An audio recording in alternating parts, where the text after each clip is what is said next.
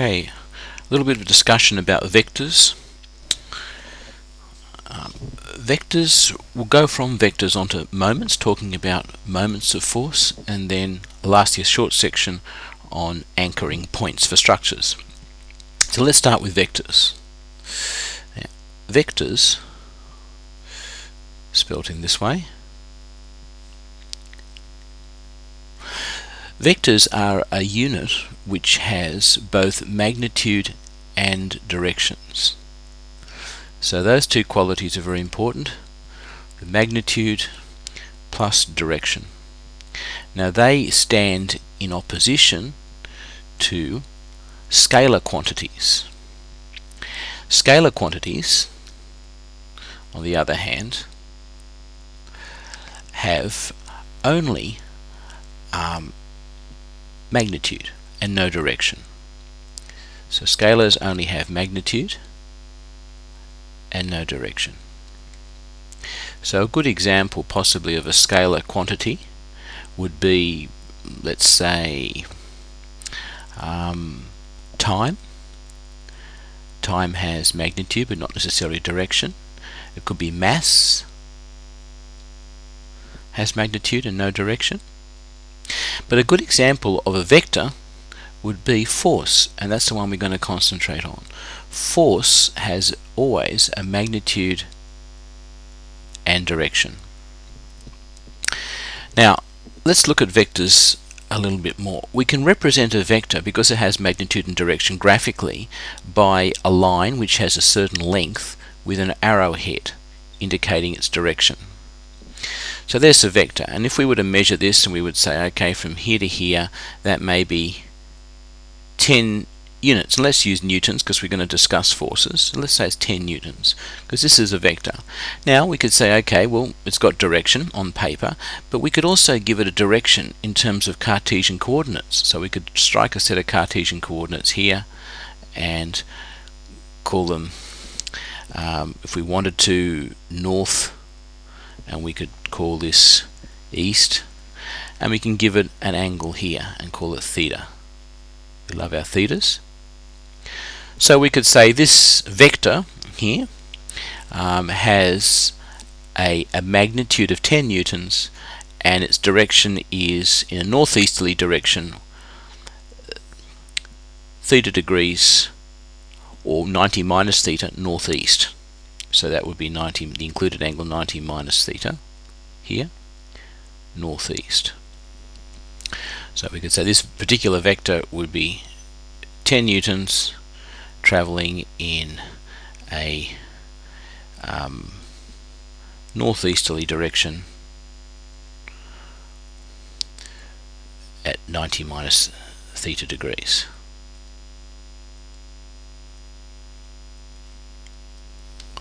Alright, and that tells us everything that we need to know about that vector.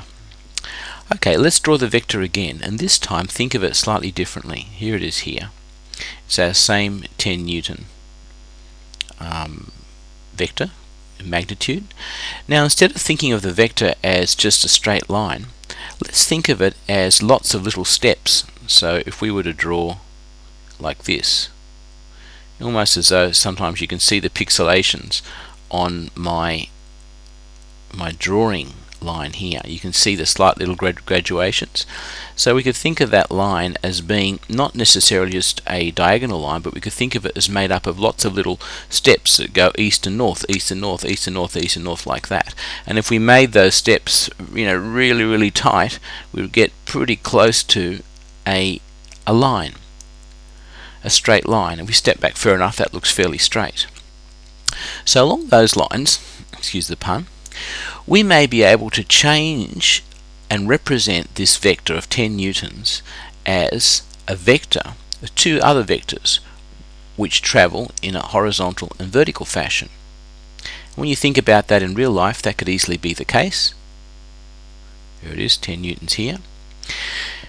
And forming, again, from that trigonometry experience, this is now a right angle triangle. This angle here is theta, which we know. And we can easily solve using our trigonometric ratios what would be this vertical force and this horizontal force that are necessary to move the object diagonally across the page for this distance of 10 newtons. Well, I shouldn't say for this distance, at a force of 10 newtons. The distance is not necessarily relevant at this point. So we would solve that quite easily, and we could say, well, we know that the trigonometric ratios teach us that the opposite, adjacent, and the hypotenuse of a right angle triangle all relate to each other in a specific way, and we can use one of those relationships. We can say the sine of the theta is going to equal to this angle, this force here. Let's call it FV, standing for vertical. We'll call this one FH, standing for horizontal. We'll say sine of theta is going to equal to FV divided by the hypotenuse, which is 10 newtons. And moving that around, we can say that FV equals 10 newtons times sine of theta, whatever that angle of theta is. Now, having done all that, we can say, okay, if that's the case, then we can do a similar thing for FH. We could say that FH is going to equal to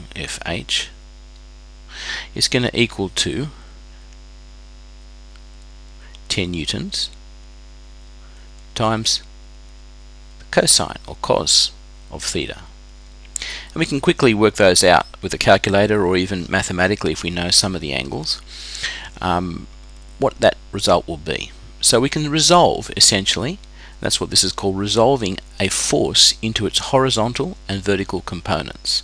And when we do engineering analysis of structures, we need to be able to do that. We need to be able to resolve a force into its, and I'm going to use the apostrophe because it's possession, horizontal and vertical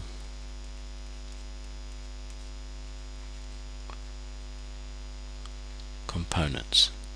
And any force can be resolved in horizontal and vertical components, just the way that I've done over here. Doesn't matter the direction. If the force was travelling downwards like this, we can simply create two other forces that join head to tail, creating a right angle triangle. And if we know one of the angles, we can then resolve what these other two forces are. Alright, fair enough. That's so much for vectors. Let's move on to now moments. Now moments aren't quite what they sound like. They sound like moments of time, or melting moments, chocolates, or something like that. But moments actually relate to forces that are applied at a certain point in an object that cause an object to spin. So they are forces that act on an object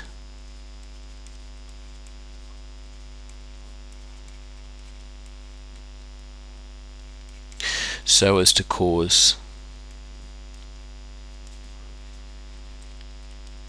rotation. You can say spin or rotation. Rotation sounds a bit more important, doesn't it? So as to cause rotation. Alright, so let's think a little bit about that.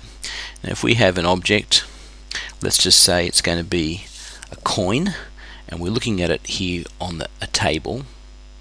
So there's the table, and I'm standing the coin on its edge, and this is a favourite trick, and I'm sure we've all done this.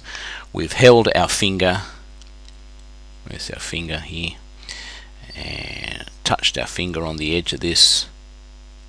There's our fingernail, and then with our thumb extended and our finger like this, we're going to flick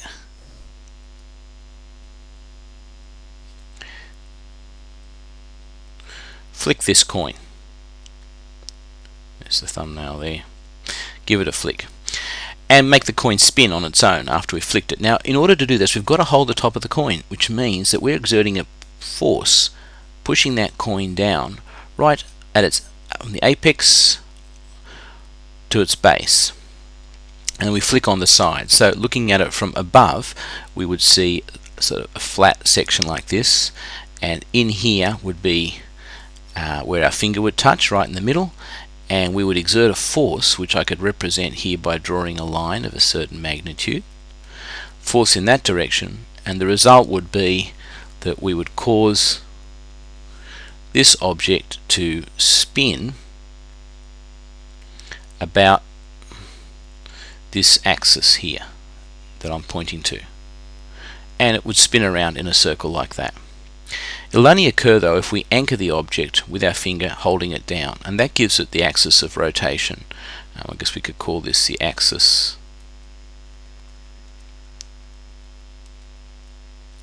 of rotation.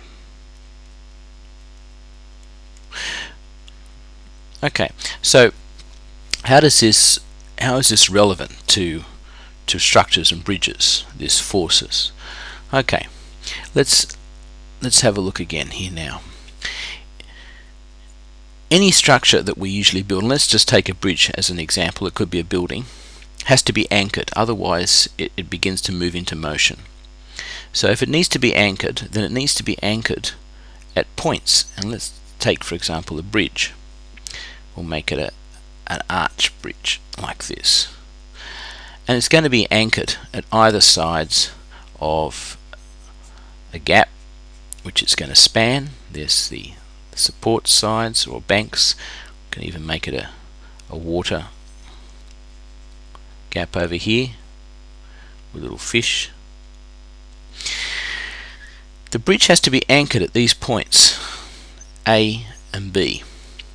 Now if it's anchored and a force is applied to the bridge, whether it's a wind load or perhaps it's a heavy truck that travels over it, let's just put a heavy truck over here, lots of wheels, there it is, travelling.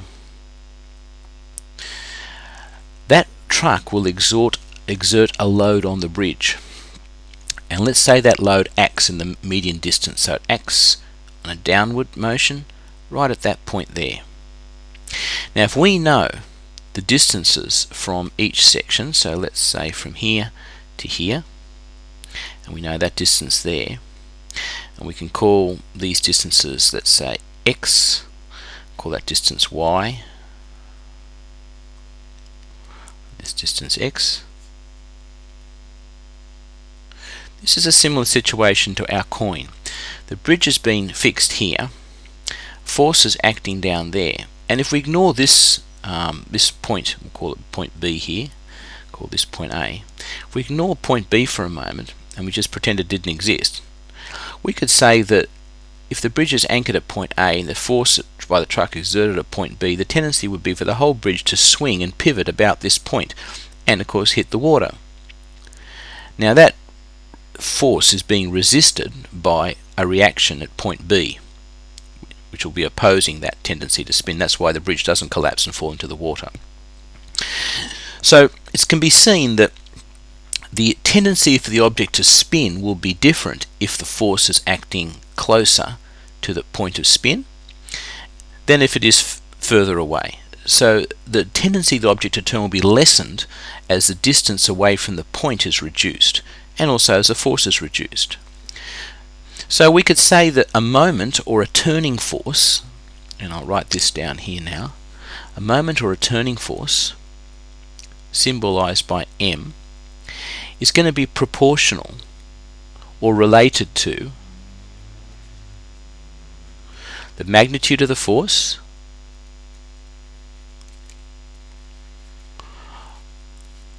being exerted, and it's also going to be proportional to the distance that the force distance of the force from the point of rotation. And this makes sense if you think in terms of simple levers. The bigger the lever distance from the force to where the fulcrum is, the greater the lever amount, and that's in fact what a moment is. So looking a little bit further down here now, we could say that a moment is going to be equal to a force times a distance. The force has magnitude and direction. The distance has magnitude. So if we were to write units, it would be newtons times meters, and that is the moment. And it's measured in Newton meters, or it could be meganewton meters. Alright, so the same thing, if we looked at this point B on the bridge again, then there's a moment that's a force from the truck is actually trying to cause a spin about point B as well. If we ignore the reaction at point A, then the bridge would collapse if point B was anchored and A was not. Alright, now next thing is to look at structures, is to examine this property called equilibrium. And as engineers, we want our structures to be in equilibrium. If they're civil structures, particularly like bridges, roads, buildings, we want the structure to be in equilibrium. And for that to be the case, then the sum, and I'm using this capital, the Greek letter sigma, the capital, which is standard notation for sum, the sum of all the forces, I'm going to use a symbol here for force, on a structure must be equal to 0 if the structure is in equilibrium. And that means in most cases that the structure is stationary, still, and safe to use. So the bridge is staying put, the tower is staying upright, and so forth. So the sum of all the forces is 0. Now we can know that from looking at forces are vector quantities, so we'd have to say that the sum of all the horizontal forces, I'll call those horizontal forces, has to be equal to 0. The sum of all the vertical forces has to be equal to 0, because remember we can split all vector quantities up into horizontal and vertical forces. And we have to say also that the sum of all the moments or the turning forces on the building have to equal 0 for the object to be in equilibrium. Now with that, these three true statements, we can then analyze a structure to understand the forces that are acting on it. And that'll be the part of the next tutorial. But just before we move on to that, which we won't do right now, but just before, it's good for me to give you the basic categories of anchorage points, of structural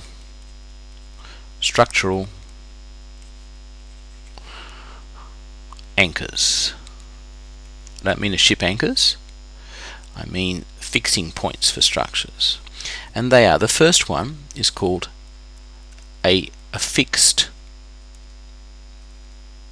joint.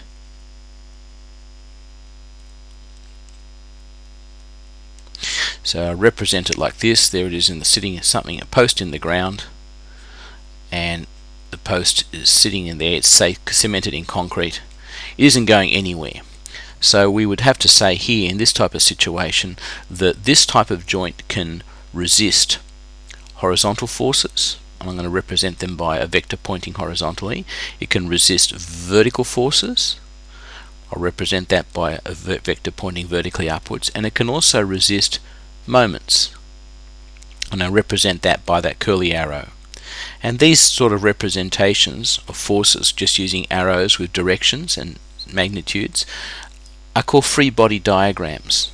So often we'll reduce buildings down to a bunch of forces that are acting on them at certain points, and that's called a free body diagram symbols. These are free body diagram symbols, the ones that I'm using. Okay, so now that kind of joint, a fixed joint, can resist all three. The next one would be a pin joint.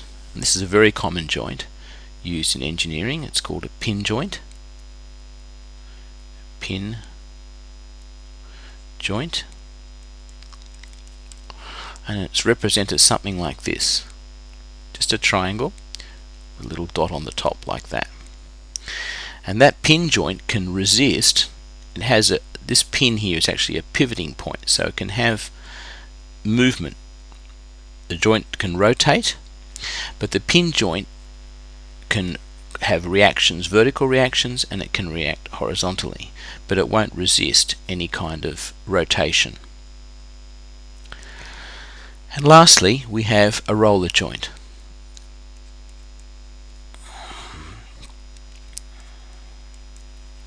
Again, this is represented with a triangle and 3 rollers underneath it.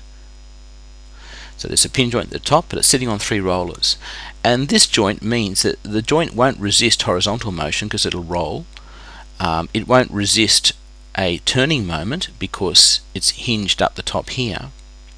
But it can resist a vertical force, so it will resist vertical forces. And these joints are useful at the end of structures which will expand, usually with thermal contraction or thermal elongation, to do with the temperature expansion. So they're often used in bridges or roads to allow for movement that's occasioned by the structure expanding or shrinking depending on the temperature at the time. So they're the 3 types of joints that you'll see. So if you're representing, say, a simple basic structure like a bridge, we just do a simple bridge down here like that, and we could say the bridge could be fixed at one end, supported with a pin joint. At the other end it could be supported with a roller joint like that. And we could then say, okay, well, this structure here is now stable, it's not moving anywhere, it's not going anywhere, and therefore it's in equilibrium. And when it's in equilibrium, we can calculate, using the formulas that I just showed you up the top here, this statement, the sum of all the vertical forces, the sum of all the horizontal forces, or both of these, and the sum of all the moments is apt to be 0. So depending on what sort of moments or pressures are involved, so if we put a load here, a mass on the bridge, a mass of 10 kilonewtons, it's not a very pretty looking kilonewtons, is it? Acting straight downwards in the middle of the bridge, then we know at this point A, let's call it point A at the hinge joint, and point B at the roller joint, there's going to be a moment. So if we knew the distance here, let's say it's 10 meters, make it nice and simple, 10 meters here,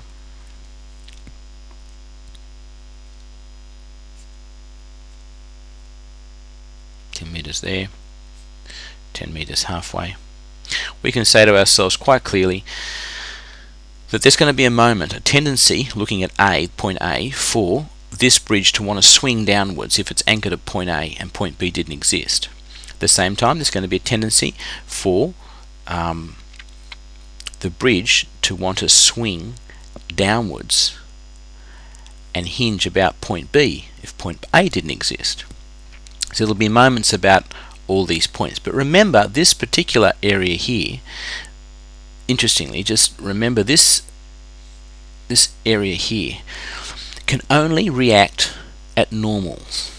It can't resist rotational motion, so it can't provide any kind of opposition to a turning moment because it'll hinge about there, and it can't resist any form of horizontal force because it'll roll.